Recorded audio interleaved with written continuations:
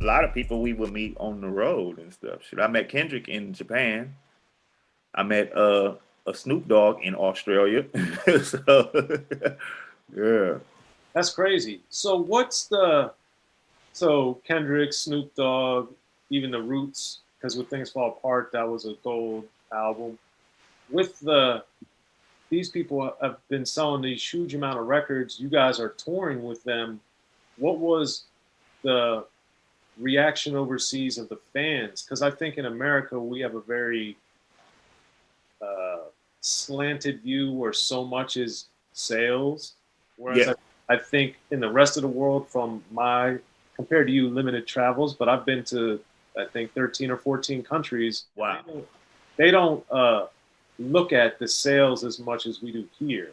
Yeah, yeah. No, no, it's the art. It's all about the art. It's like, yo, you actually performing and stuff, and especially at that time, you gotta imagine like, you had all this, Biggie and Tupac stuff that went on and stuff, so people is just jaded from all of that shit and stuff. So they like, man, we want to get back to what hip hop was and stuff because it took this detour for a couple of years or a few years and stuff, and then you get this Most Deaths pop up, and then the Jurassic Fives, and then it's all this rockets, and all this, it's a whole new energy and synergy that's going on and stuff. So people are, they want that, because they can't understand the gangster stuff, you know what I'm saying? Just demographically and stuff, you know what I'm saying? They can't, they can't relate and shit, you know what I'm saying? They trying to because they like everything that's American and stuff, you know what I'm saying? So you will make it, whether it's a violent movie or whatnot, stuff, anything they want to worship, whatever Americans are doing and stuff. But a lot of them couldn't relate and stuff,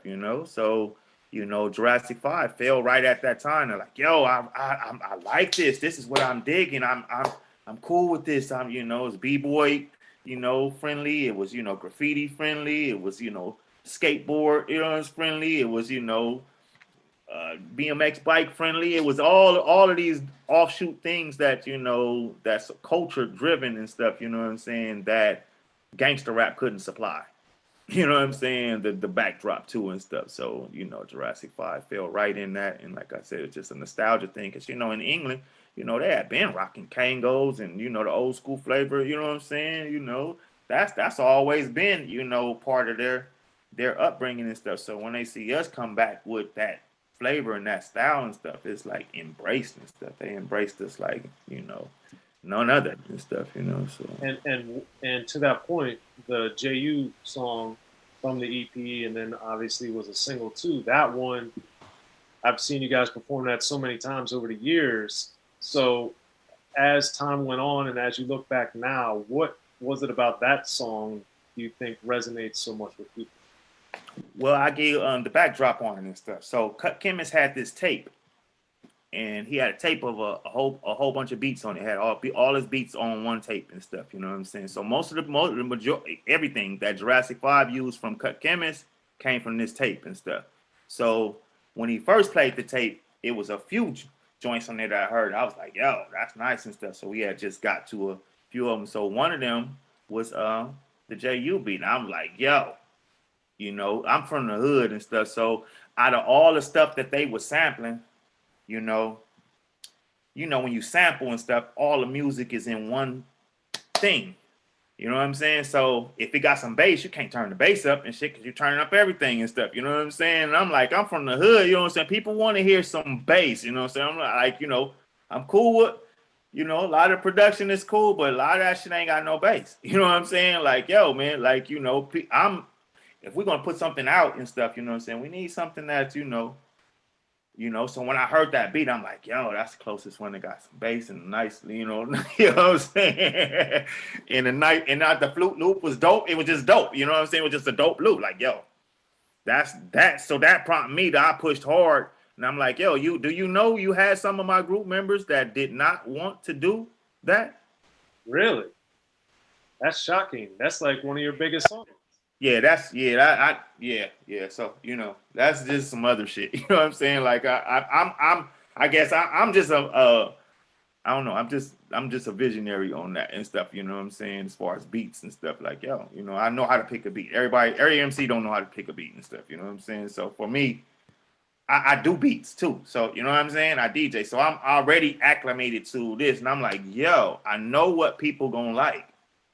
Right. I already knew that. You know what I'm saying? I'm like, yo, this is gonna be and it did what exactly what I thought it was gonna do. And it satisfied me because like I said, it has some bass in it. So I can play it for some of the homies. You know what I'm saying? Like, I don't want to play no corny ass music for your homeboys and stuff. Like, yeah, this is it.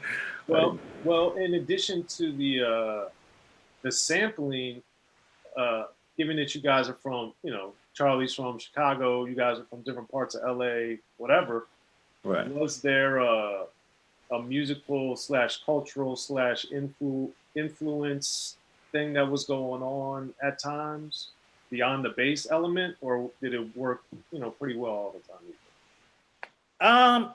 I mean, some stuff I liked and some stuff I didn't and stuff, you know what I'm saying? Like, not a lot, but for the most part, because I understood what we were doing and stuff, you know what I'm saying? It was more so the theme of what we were doing and, and staying in that and stuff. But, you know, the part of me like having a record out and stuff, you know what I'm saying? Finally getting to that point and being famous, I want to hear I want to hear my homeboy roll up bumping my shit.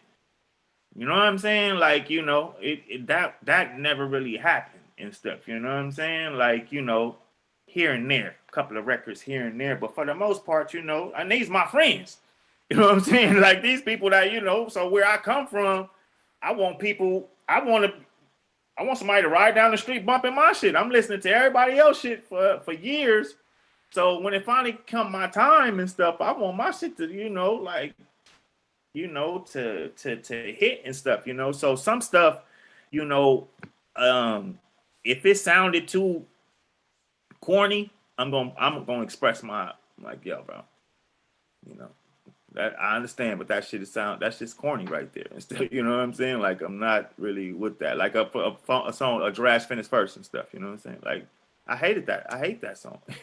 Not the song, because Charlie and them made the song better and stuff. But when I heard the beat, I'm like, this some corny ass shit. Like, nah, I don't want to rap that. So me and Soup is not on that song because we didn't like that beat. You know what I'm saying? So, so for me, it's like, yo, like I said, wanting to impress, your friends and family outside of, the music stuff, just people where I come from. Like, yo, I want somebody to be rolling down the street listening to my shit. So bass, meant a lot to me, because I knew it meant a lot to people that was in their cars and shit. You know what I'm saying? You ain't got no bass, they not fucking with you. And so like it's cool. Yeah, we like your show. Show dope. Hey, they give it up. Oh, dope and stuff. But so for me, it was a thin line, and you know, because yeah, I'm not the only one picking the beat. You know what I'm saying? So Right. it's a group thing and stuff. So you gotta figure out what works and stuff. So yeah. Well, another song off the EP